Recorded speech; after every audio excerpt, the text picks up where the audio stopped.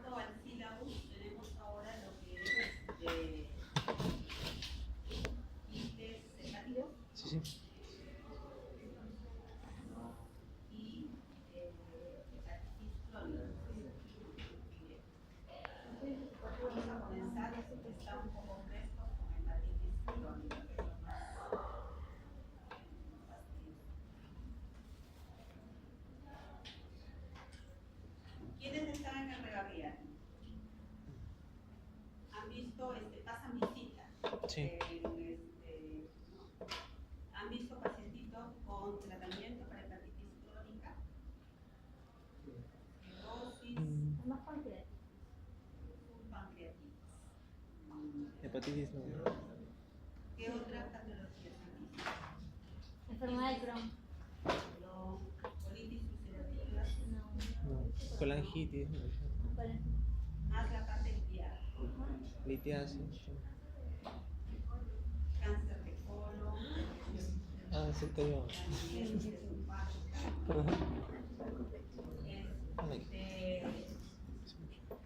tanto en el regabriati hay una unidad de hígado, ¿no? Que tiene el acceso para la medicación para estos problemas de hepatitis crónica. Esto sería oportunidad también, si están allá, averigüen un poco. ¿A qué le llamamos nosotros hepatitis crónica? Es todo un grupo, ¿no?, de enfermedades inflamatorias, pero el común denominador de ellas es que son de más de 6 meses de duración. Eso habla de la cronicidad. También es importante ver que están estas enfermedades inflamatorias hepáticas caracterizadas porque ya hay lesiones necroinflamatorias y clínicamente pueden ir desde pacientes que por otro motivo acuden a la consulta, asintomáticos, digestivos, hasta la insuficiencia hepática y la muerte, ¿no? Etiológicamente, ¿cuáles son las causas de estas hepatitis crónicas?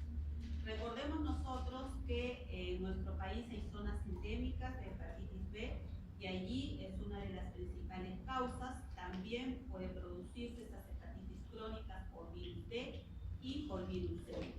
Si encuentran alguna pregunta en el ENAM que habla de hepatitis A, que da hepatitis crónica, definitivamente no lo es. Las causas autoinmunes nos hablan de hepatitis crónicas autoinmunes y también puede ser la inducida por drogas de larga duración, un tratamiento largo con algunos fármacos, y también secundaria a enfermedades metabólicas como fibrosis quística, deficiencia de alfa-1 antitripsina, enfermedad de Wilson. En la Argentina, por ejemplo, sí se ve estas fibrosis quísticas con más frecuencia, ¿no? Lo que no, en algún congreso que acudía ya presentaba mucha casuística sobre esta causa. Cuando escuchen ustedes de actividad histológica, es aquella que tiene algunos índices, se va a hablar de índices de actividad histológica, se creó por la necesidad de monitorear la respuesta de la terapéutica que se va a dar a estas pacientes con hepatitis crónica, ¿no? Eso estimula la creación de todo un sistema de puntuación de la actividad necroinflamatoria de la fibrosis y esto pues se conoce como índice de actividad histológica. También vamos a tener la actividad necroinflamatoria portal y lobular. Esto es con biopsia y ustedes si escuchan o ven de un grado 0 es porque hay una inflamación portal mínima o ausente. En el grado 1 esa inflamación es también, hay inflamación portal pero no hay necrosis y puede haber o no también inflamación lobular sin necrosis. Ya en el grado 2 comienza a presentarse necrosis pero en grado leve y también puede haber necrosis lobular focal. En el grado 3 la necrosis es moderada y en el grado 4 la necrosis ya es severa. En cuanto a fibrosis también nos va a hablar del estadio 0 cuando nos van a reportar los patólogos como que no hay fibrosis. En el 1 es cuando hay fibrosis que ensancha los espacios porta. En el 2 la fibrosis es periportal, pero todavía la estructura se ve conservada. En el grado 3 la fibrosis es septal en puentes y en el grado 4 ya es la cirrosis. Si por algún motivo mi paciente no puedo hacerle una biopsia hepática, tengo la posibilidad de usar el FibroScan, que también me va a medir el grado de fibrosis en kilopascal. Y los exámenes de laboratorio, ¿qué es lo que me va a dar? Lo más importante es ver cómo están las transaminasas. Estas se van a elevar en forma muy variable, dependiendo del estadio, del caso del paciente. Hay un aumento, sí, de las gamaglobulinas. Ya cuando nosotros hacemos estos exámenes en este estadio, muchos pacientes ya tienen hipoalbuminemia o también hay alteración de la coagulación con el tiempo de protrombina prolongados. Y vamos a medir nosotros la actividad bioquímica de acuerdo al aumento de las transaminasas. Si tenemos una actividad bioquímica leve, es que estas transaminasas van a estar elevadas de 2 a 5 veces de los valores normales, en el moderado de 5 a 10 veces el valor normal y en el severo 10 veces el valor normal. Y bien, ya ustedes ya han tenido la clase sobre hepatitis, virales, y más bien vamos a orientarnos un poco más al tratamiento.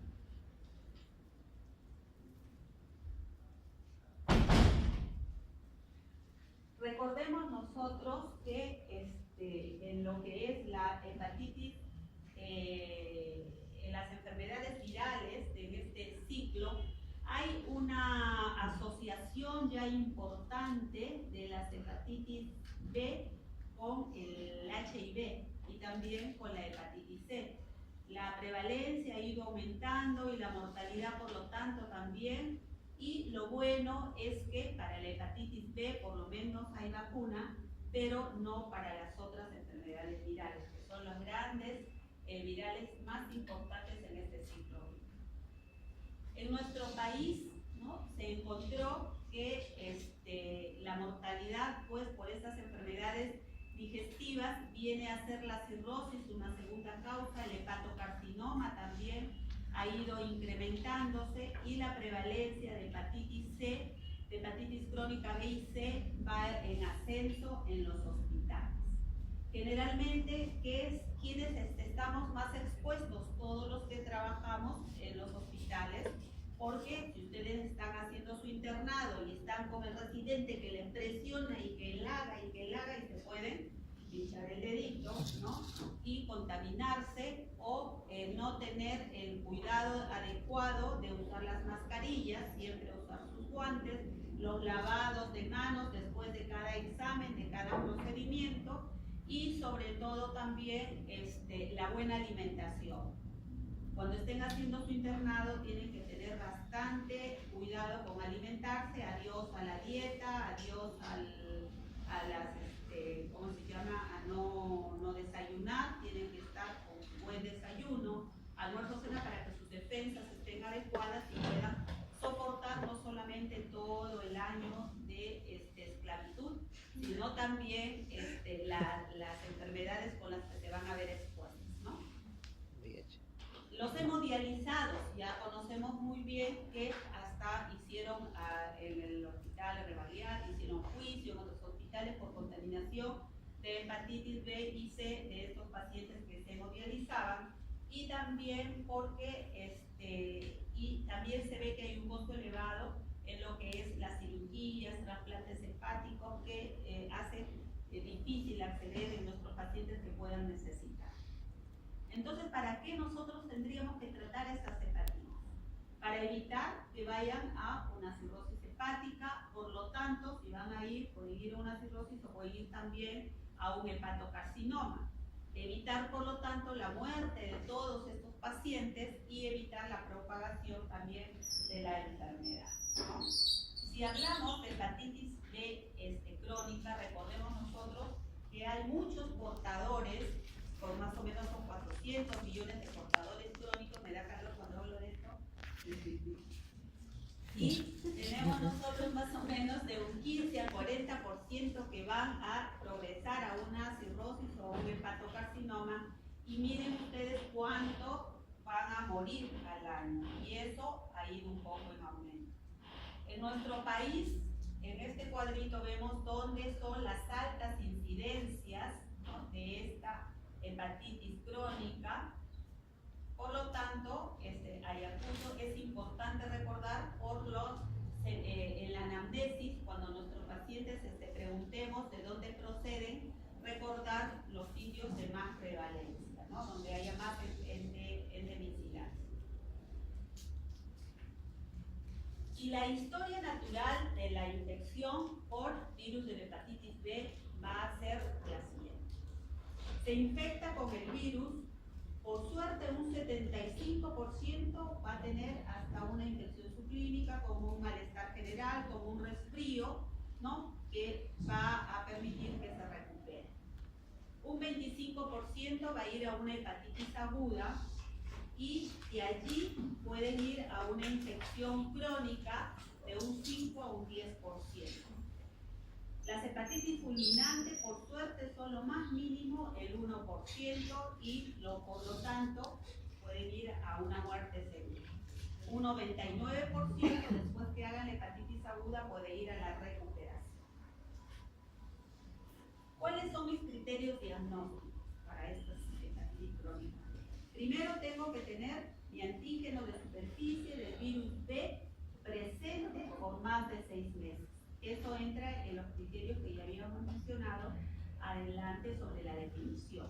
Que haya altos títulos del ADN del virus de hepatitis B sérico, que haya que las transaminasas se eleven persistentemente o en forma intermitente, y que los cambios histológicos, lo que ya hemos mencionado también adelante, correspondan pues a estos de este tipo de hepatitis crónica.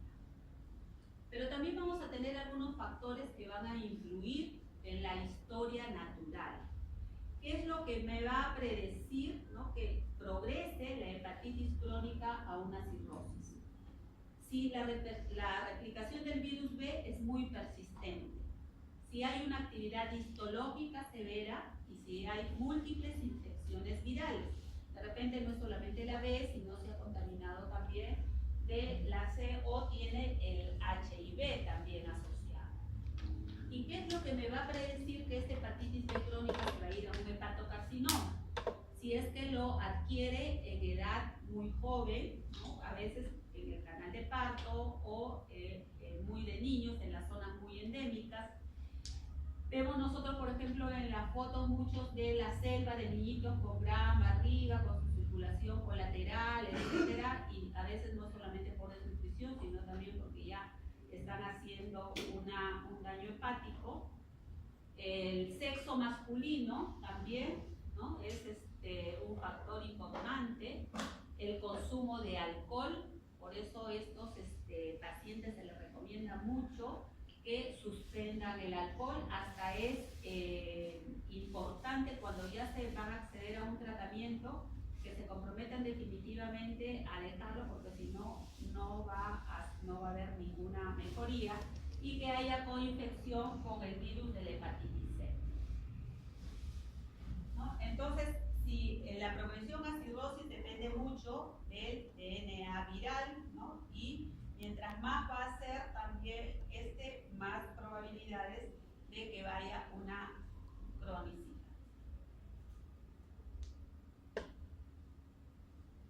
El tratamiento más bien me va a ayudar para disminuir la replicación, ¿no? Me va a ayudar a una regresión de la fibrosis, a disminuir que mi paciente vaya a un hepatocarcinoma, y por lo tanto también va a aumentar la sobrevida. Antes del tratamiento, ¿no?, su histología, y después del tratamiento, después de 3 años, vemos cómo ha mejorado. Igualmente, el riesgo del hepatocarcinoma disminuye con el tratamiento y también aumenta la sobrevida. Entonces, los objetivos de mi tratamiento para este virus de hepatitis crónica va a ser para prevenir que haya una cirrosis, para evitar que la descompensación, si ya tiene la cirrosis, para evitar que vaya un hepatocarcinoma o que mi paciente vaya a la muerte.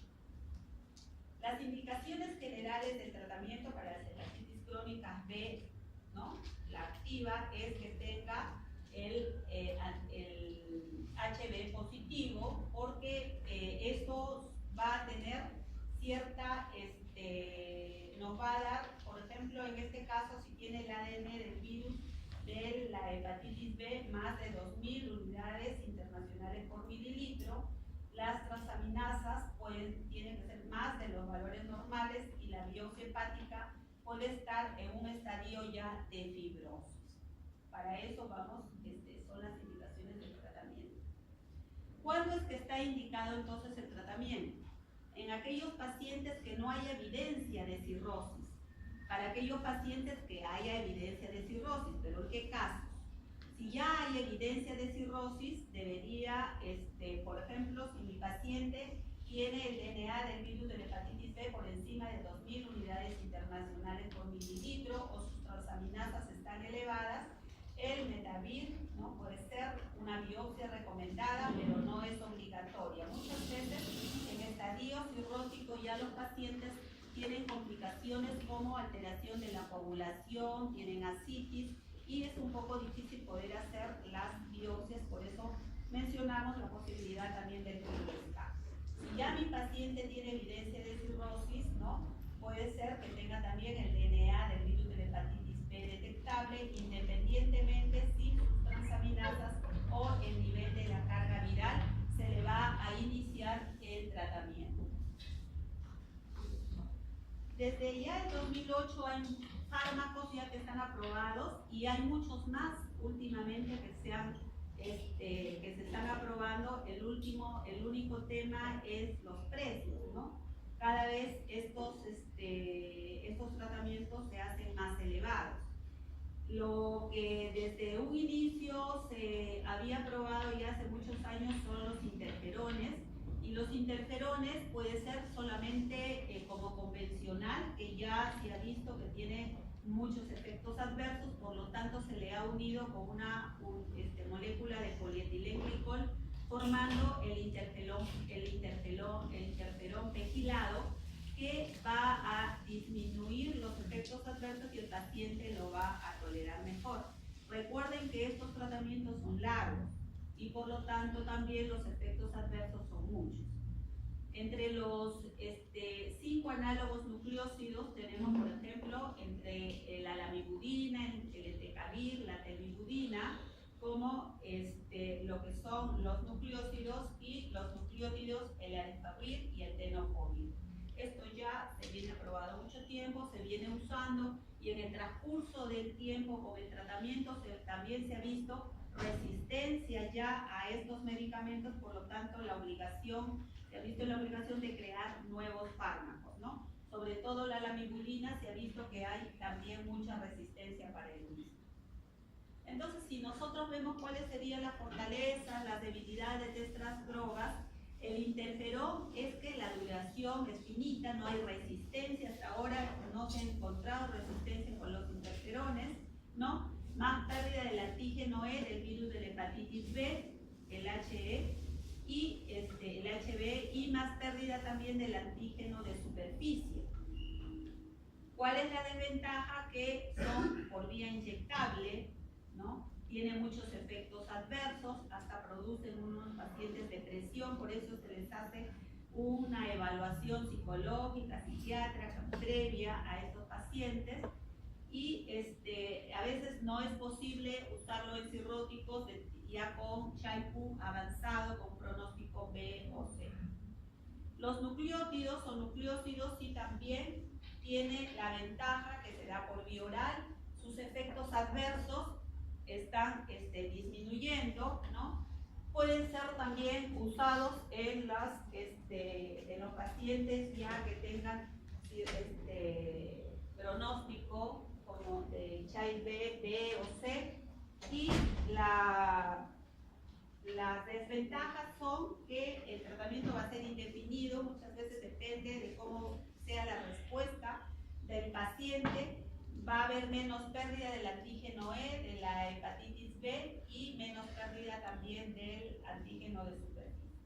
Hasta hace algún tiempo con el tratamiento se lograba hasta un 50-60%, ahora con los nuevos fármacos ya esos porcentajes han aumentado. Y como les decía, se ha visto mucha resistencia a estos antivirales orales porque hay mutaciones genéticas, ¿no?, que hacen que haya resistencia ya a este tratamiento. Y por ejemplo ya el Decavir, Tenofovir, que también ya se está encontrando en algunos pacientes resistentes. Entonces las metas operativas de mi tratamiento antiviral es que con mi terapia yo haga que el antígeno de superficie se pierda y esta aparición sea sostenida, ¿no? Eso es mi meta ideal. En pacientes que tengan el antígeno E positivo para hepatitis B, una cero conversión de este antígeno E sería mi meta más satisfactoria. En pacientes que tengan el antígeno E para la hepatitis B, que aún no experimenten pérdida del antígeno de superficie, y en pacientes también que tengan el antígeno E negativo. En esos casos hay que mantener que el ADN viral sea indetectable y el tratamiento antiviral oral tenemos que seguir dándolo hasta lograr la respuesta deseada.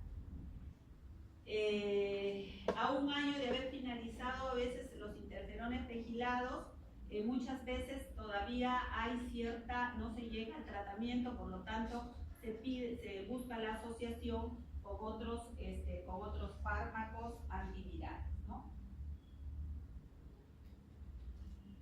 Entre las estrategias últimas para el tratamiento, los interferones vigilados se dan por 48 semanas en pacientes seleccionados. Observar los predictores de respuesta para interrumpir el tratamiento en el caso de que sea necesario. Los antivirales orales, el Decavir o el Tenofovir a largo plazo, logran pues que haya una cero conversión del antígeno E positivo del virus de la hepatitis B hasta después de un año de iniciarse el tratamiento. Y si es que tiene el antígeno E negativo, posiblemente su tratamiento va a ser más prolongado por mucho más tiempo. Entonces, ahora justamente todo este día está en el Congreso de Gastroenterología sobre todos estos temas, trayendo últimas novedades. No he podido ir por esta razón, pero ya mañana espero poder estar allí.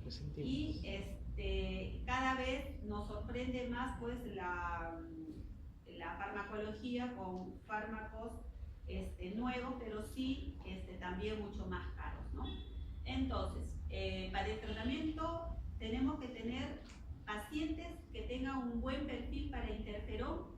Son aquellos pacientes jóvenes, aquellos pacientes que tengan el antígeno E positivo, aquellos pacientes que tengan sus transaminasas más de 3 veces de los valores normales, el DNA menos de 10 a las 7 unidades internacionales por mililitro y que tengan el genotipo A.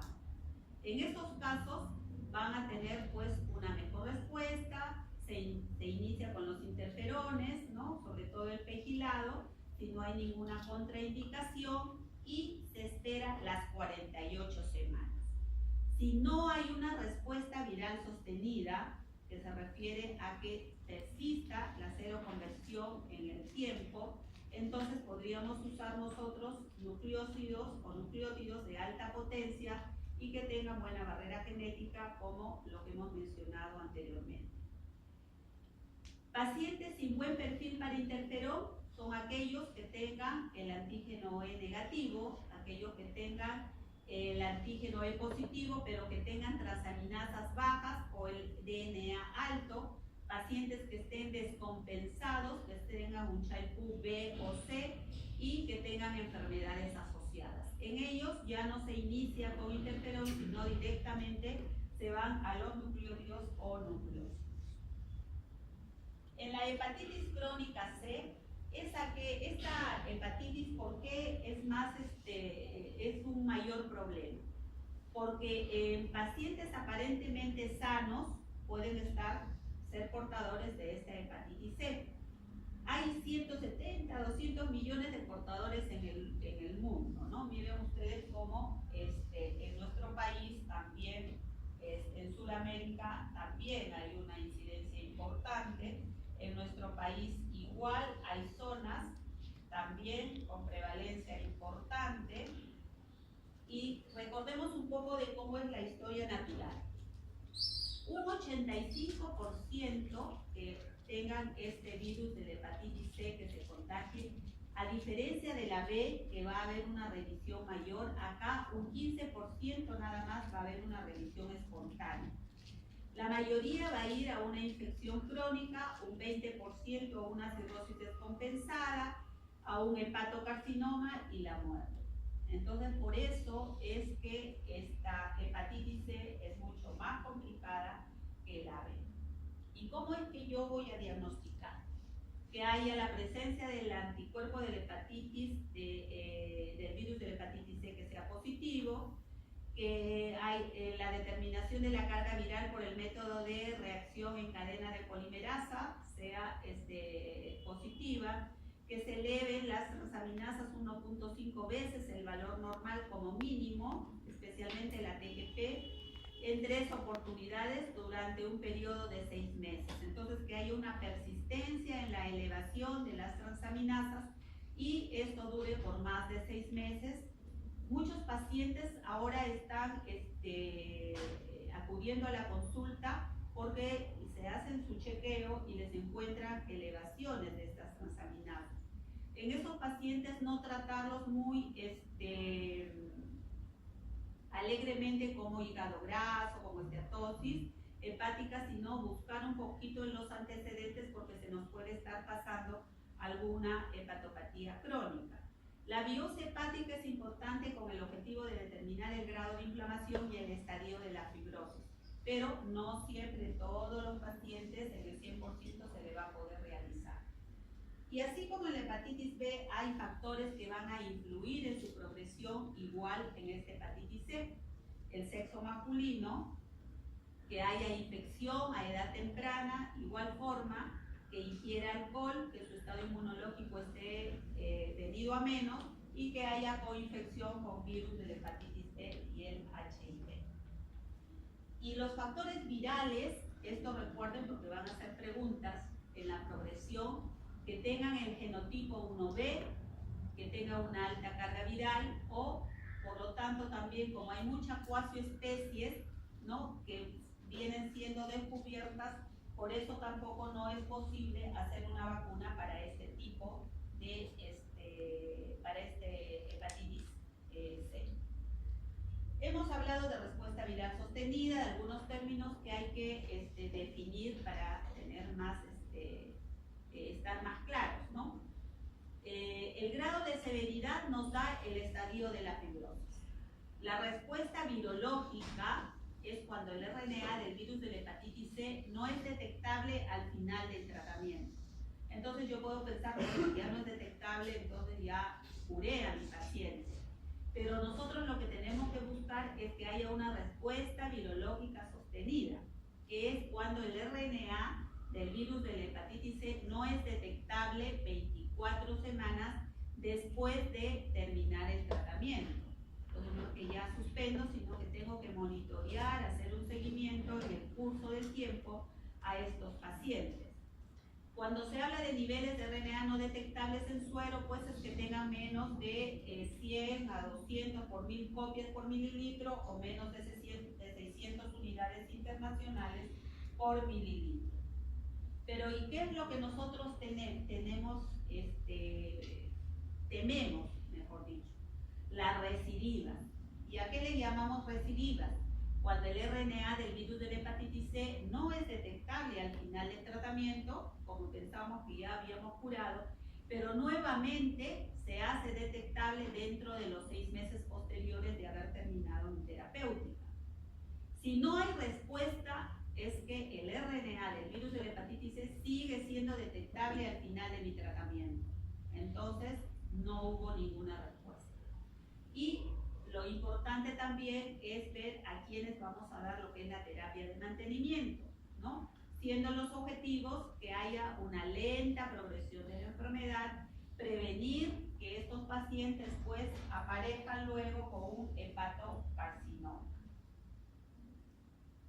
Pero así también como hay factores que me van a predecir mal pronóstico, también hay factores que me van a decir si este paciente va a tener una buena respuesta. Son las mujeres jóvenes, que la duración de la enfermedad haya sido corta, que no haya cirrosis en el momento del inicio del tratamiento, que haya bajo títulos del ARN del virus de la hepatitis C y que sea un genotipo diferente al 1B, ¿no? Y por supuesto que no haya otras infecciones virales asociadas como el VIH. Y en un trabajo que se presentó, que se hizo en Trujillo, se vieron 5 hospitales también, entre acá Lima y Trujillo, y se encontraron 123 casos, de los cuales eran 52% varones, ¿no? Y 87% no habían presentado ningún síntoma de ellos en el momento del diagnóstico. Por eso les decía que esta hepatitis crónica C va frente a una apariencia aparentemente normal. La edad media que encontraron fue entre 51 y 47 años, 40 a 79 años, encontraron más del 65.8%. ¿Y por qué fue que se les diagnosticó? No porque se sospechaba de esta hepatitis, sino porque tenían elevación de las transaminasas, tenían factores de riesgo, de repente un porcentaje menor ya tenían una hepatopatía crónica, ¿no? Y un 2.4% como un tamizaje en trabajadores de salud. El estado de la enfermedad ya se encontró el 76.4% ya la hepatitis crónica, viene un porcentaje alto, ¿no? Luego ya una cirrosis compensada, cirrosis descompensada y un 2.4% también hepatocarcinoma. ¿Cuáles fueron los factores de riesgo que se encontraron en estos pacientes para que hayan desarrollado esta enfermedad? Cirugías mayores porque necesitaron transfusiones, los procedimientos invasivos y a la cabeza las hemodiálisis, entre sus hábitos sexuales, promiscuidad, ¿no? Cambiar mucho de parejas no conocidas. Trabajadores de salud, miren, son un 6.5%, importante, y esto nos llama a nosotros la atención y nos pone en alerta para la prevención y evitar los contagios, la quimioterapia, el uso de drogas, y también en 1.6% hubo una asociación ya del HIV con la hepatitis C, y en un 5% se encontró también coinfección de virus de la hepatitis B con el virus de la hepatitis C, ¿no? Es un trabajo muy interesante.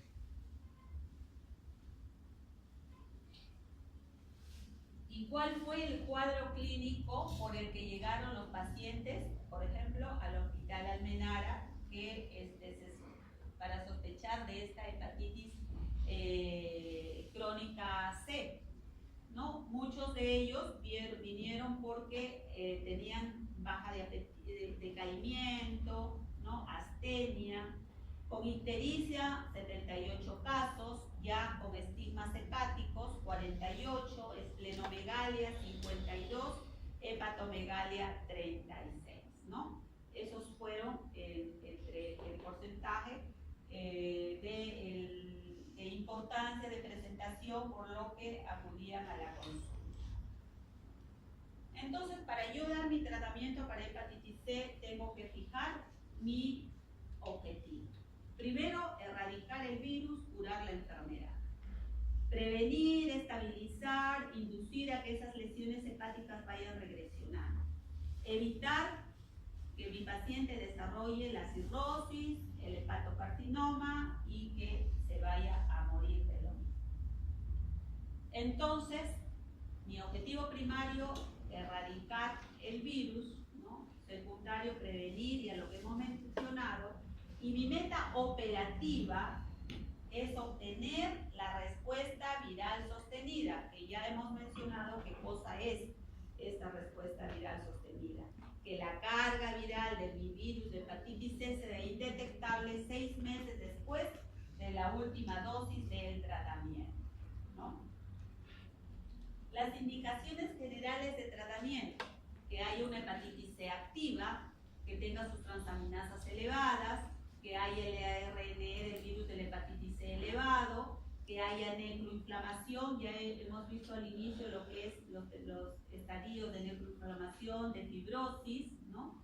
Y la biopsia hepática cuando encuentren actividad viral que no esté muy clara, cuando se desee descartar que haya algunas hepatopatías asociadas, para establecer los grados de fibrosis y pronóstico de la respuesta viral. No es indispensable, pero es muy recomendable.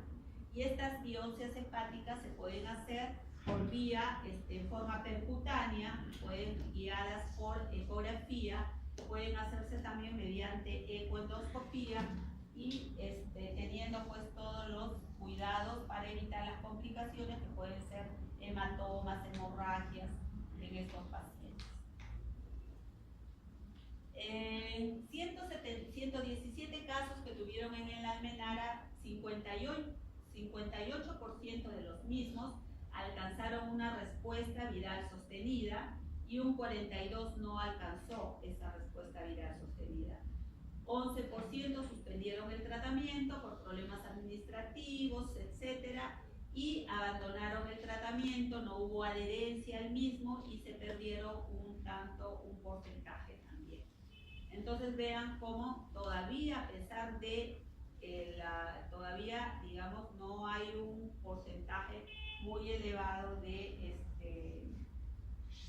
éxito, ¿no? Pero con los últimos avances ya esto está aumentando. Hay nuevos esquemas terapéuticos para mejorar justamente esta cura de estas hepatopatías crónicas, y son las terapias triples o las terapias duales, en los cuales se asocian los interferones con inhibidores de proteasa, con la ribavirina, para lograr mejorar el porcentaje de curación. ¿A quiénes vamos a? Primero hay que hacer una evaluación pretratamiento. Si es alcohólico, que vaya con el psiquiatra para que le dé apoyo para dejar de tomar. Si tiene ansiedad, depresión, igual tiene que hacer sus tratamientos previos, porque el tratamiento va a ser largo y con una inversión tan alta se necesita pues que el paciente esté colaborando al 100%. Las evaluaciones hay que ser diagnósticas, decidir el tratamiento, quiénes tratar, a quiénes no, ¿no? Pedimos nosotros sus transaminasas, los anticuerpos del virus de la hepatitis C, su RNA del virus de la hepatitis C, un hemograma completo, cómo está la coagulación, cómo están sus plaquetas, ver la creatinina, porque muchos de ellos también alteran la función renal, la glucosa. Veamos nosotros también exámenes de descarte de problemas tiroideos, si no tiene asociación con virus de hepatitis B y C. Y la decisión de tratamiento lo va a dar de acuerdo al RNA del virus de la hepatitis C, al genotipo viral que tenga, si hay polimorfismo, cómo está la fibrosis, si la biopsia hepática es un F2, si hay un fibrotest F2 o un fibroscan 7.6 kilopascales, ¿no? Entonces tenemos nosotros varias apoyo del laboratorial, ecográfico, fibroscan, etcétera, inmunológico, para ver a quiénes vamos a iniciar el tratamiento. Tenemos entre la terapia el telaprevir, ¿no? Que se da cada 8 horas con alimentos. La ventaja es que no requiere refrigeración como los interferones. La duración será 2 semanas para todo tipo de pacientes, ¿no? Y el boceprevir, que tiene de 200 miligramos cada 7 a 9 horas con cada comida, es decir, requiere refrigeración más o menos en 2 a 8 grados centígrados, y la terapia puede ir de 24, 32 o 44 semanas también. Hay algunos alimentos que se recomiendan, pero no es totalmente al 100%.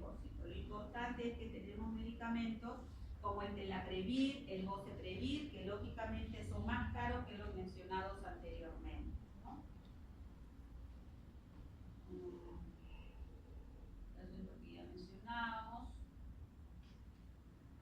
¿Y en qué momento es que yo voy a suspender, ¿no? Por ejemplo, si en las 12 semanas yo sigo viendo que mi RNA del virus de la hepatitis C es más de 100 unidades internacionales, tengo que descontinuarlo, o si a las 24 semanas sigue siendo detectable todavía el RNA del virus de la hepatitis C, el Telaprevir suspendo. Si es que a las 4 o 12 semanas igualmente el RNA del virus de la hepatitis C está por encima de 1000, o si a las 24 semanas sigue siendo detectable el RNA del virus de la hepatitis C.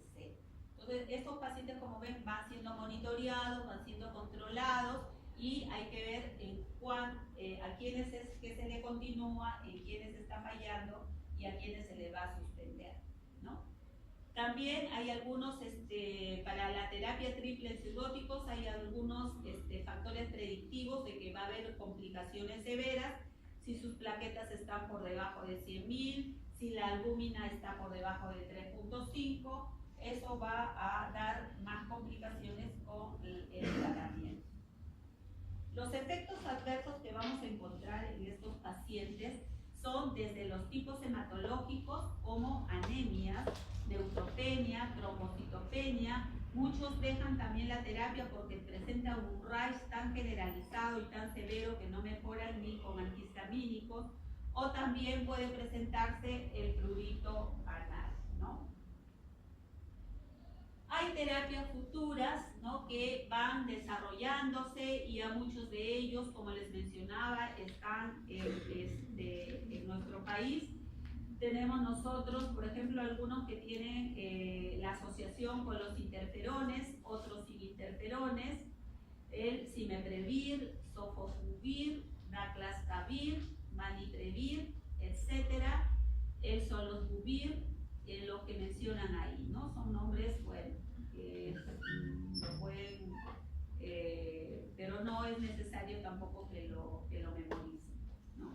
Y la ventaja es de que con todos estos avances, ¿qué es lo que se está tratando? ¿Qué es lo que se está pensando? Porque el porcentaje de mejoría va incrementando de un 40, un 60 que había antes, hasta más del 80%. Entonces se está pensando que si de repente para el 2025 ya erradicaremos totalmente esta infección por virus C con los medicamentos mencionados.